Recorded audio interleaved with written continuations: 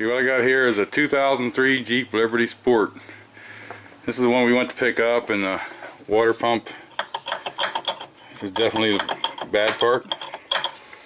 So now what I'm going to do is, you can see the hose clamp right here for the lower radiator hose, and I'm going to remove that and drain whatever antifreeze might be left into here. Okay, now that we got that bottom hose off of there, and next thing I'm going to do is remove this idler pulley. It's just a 15mm bolt. You just pull that right out of there. Okay, you can see there I just took that pulley right off. Just one bolt goes through it. So the next thing I'm going to do is there's a row of bolts around this water pump we're going to remove. Alright, here's what we did find looking around. There's a bearing. If you look right down there on the top by the steering rack there, you can actually see more bearings that I suppose come out of the water pump. Maybe we can just put those back in. Okay, what we got now, we got a bunch of bolts out around the perimeter of this water pump, and we're going to take them off. I didn't show you taking the belt off because when I went to get the vehicle it was already rolled off of here. So if your belt's still in there, that's one other thing you have to do. You have to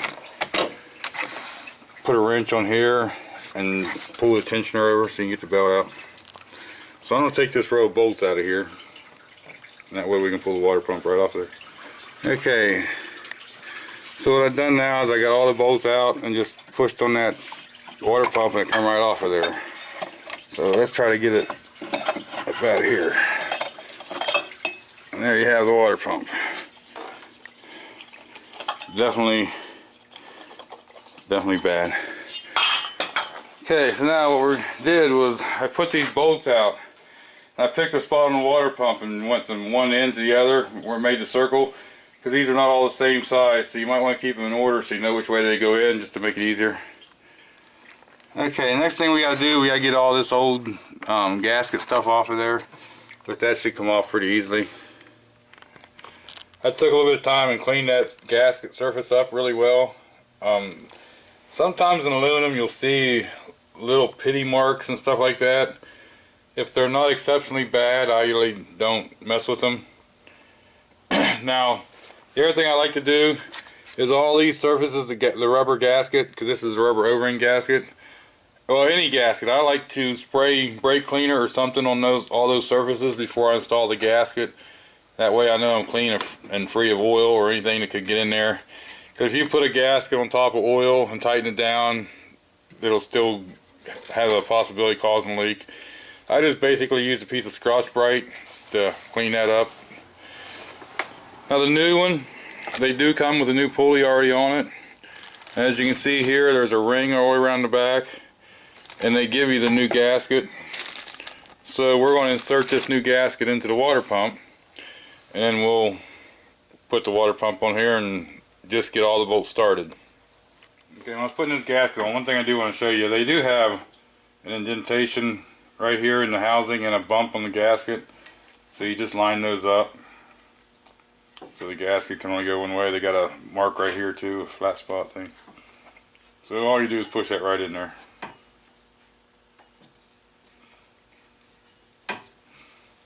Now some people will put silicone. I don't really like to mix silicone and rubber gaskets because a lot of times it'll just make the rubber gasket slide and push out. I usually try to be dry with these. If the gasket has two pieces that come together or something, I might silicone that, but other than that, no. So what I'm going to do here is put this on. Get me a couple bolts and put this right on.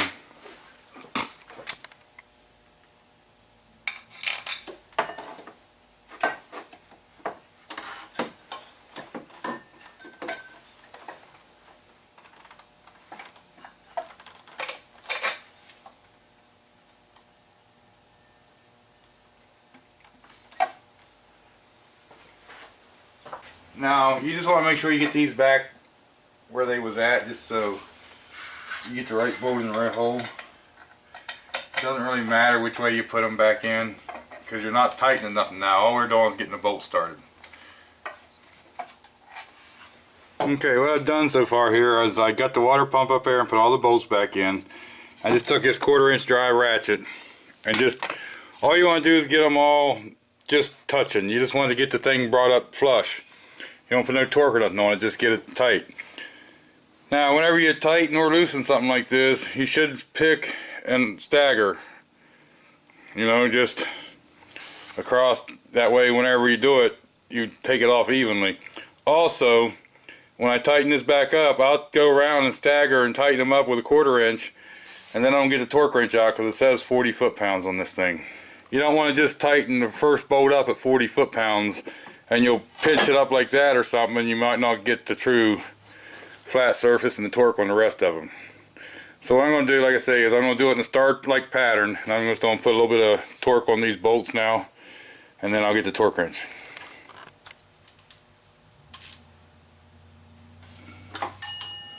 I'm just giving it just a little bit. I don't want to try to go all the way. Just never torque nothing the first time around. Always give it a couple times, especially if there's a lot of bolts like this.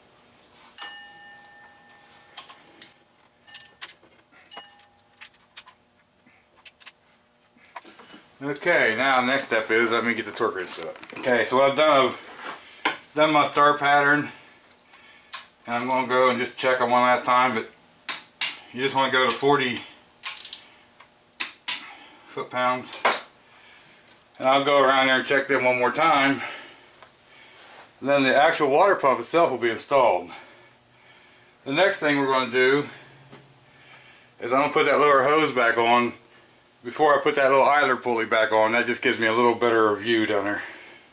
Now, I'm not a fan of these kind of clamps, so I'm going to put a regular breeze clamp, the screwdriver type. You know, if you don't have one of these devices that clamps that spring, it makes these a lot easier to get on and off. Okay, so now I'm going to put a regular hose clamp on that hose down there. Okay, now I got that lower hose on with a hose clamp there. And you know, something like this happens and the water pump goes bad. If you have any thoughts you overheated the motor, it'd probably be a good idea to change that thermostat.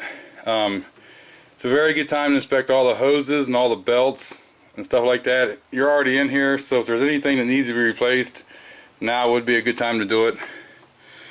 So I got that on there. And you know, I don't know, I took this hose off here to drain it because I could see right there and I didn't have to do nothing else. There may be or may not be a drain on this radiator, I'm not sure. To be honest, I didn't even look. So what we're going to do now is right here is where that idler pulley goes. We're going to get that and then put that back on. Okay, now that I got that idler pulley back on there, I did not look the torque up, I just tightened it up. You could look that up if you wanted to torque it. Next thing I do is go out here and get the belt.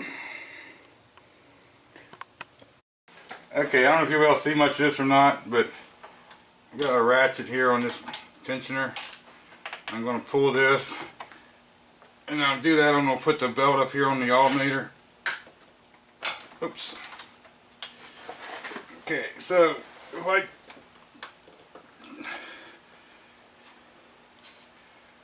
I find that if you try to put it onto a small pulley, it works best. And you want to go around before you start the car or anything like that, you want to go around and make sure that the pulley is in contact with the belt fully. You don't want the belt to be a rib up over or nothing. So just visually inspect your belt good. If it's not completely on there and you start the car, it might fly off. And I just drained this pan out while I was waiting. I put something in, I was waiting for it to go down. Look at all the chunks. Those are chunks out of the water pump. So if you do try to reuse your antifreeze, you know, at least strain it really well. But it's a time to put new antifreeze in. So that's what we're doing here, putting more new antifreeze in. Now this one, the tank is up pretty high, and I can fill that up and I can hear it gurgling. So I think this one will take the air out of it pretty quickly. But always make sure when you start it up, you check for leaks and you check your temperatures and stuff to make sure for a while that everything's going to be good, because you just never know. Let me get a little more antifreeze in here. The camera's picking that up. You can hear the air coming up out of there. So I like to, if you got time, I like to leave them set for just a little bit and let the air work out of it, maybe shake it a couple times. I understand a lot of people don't have that time to do it, and there are other ways of doing the antifreeze, but this is the way most of us will do it at home.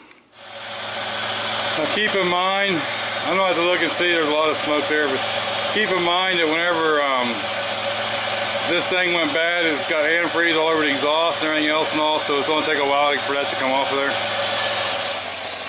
Okay, so now what we've done here, I got the belt on there and started it up and it was alright. We had some smoke and I took it up the road and run it for a minute. And as soon as all the antifreeze burned off, that kind of stopped. Now you want to make sure you get to the right coolant level in here and you get all the air out of the system. You also want to make sure that the coolant is at the proper freeze temperature, especially if you live in a colder climate area. That is also lubricant for your water pump and stuff. So anyway, like I say, you want to make sure you check for leaks really well, and you want to make sure that you got the right thing, right amount of coolant in it, and you want to check your gauges and make sure it's running right. And this one's running just a touch below the halfway mark, and we climbed the hill with it and everything, and it seemed to do all right. So that's pretty much it on putting a water pump on one of these 3.7s. In my opinion, the hardest thing was me taking the bottom hose on and off. The water pump itself is pretty easy to do. So thanks for watching.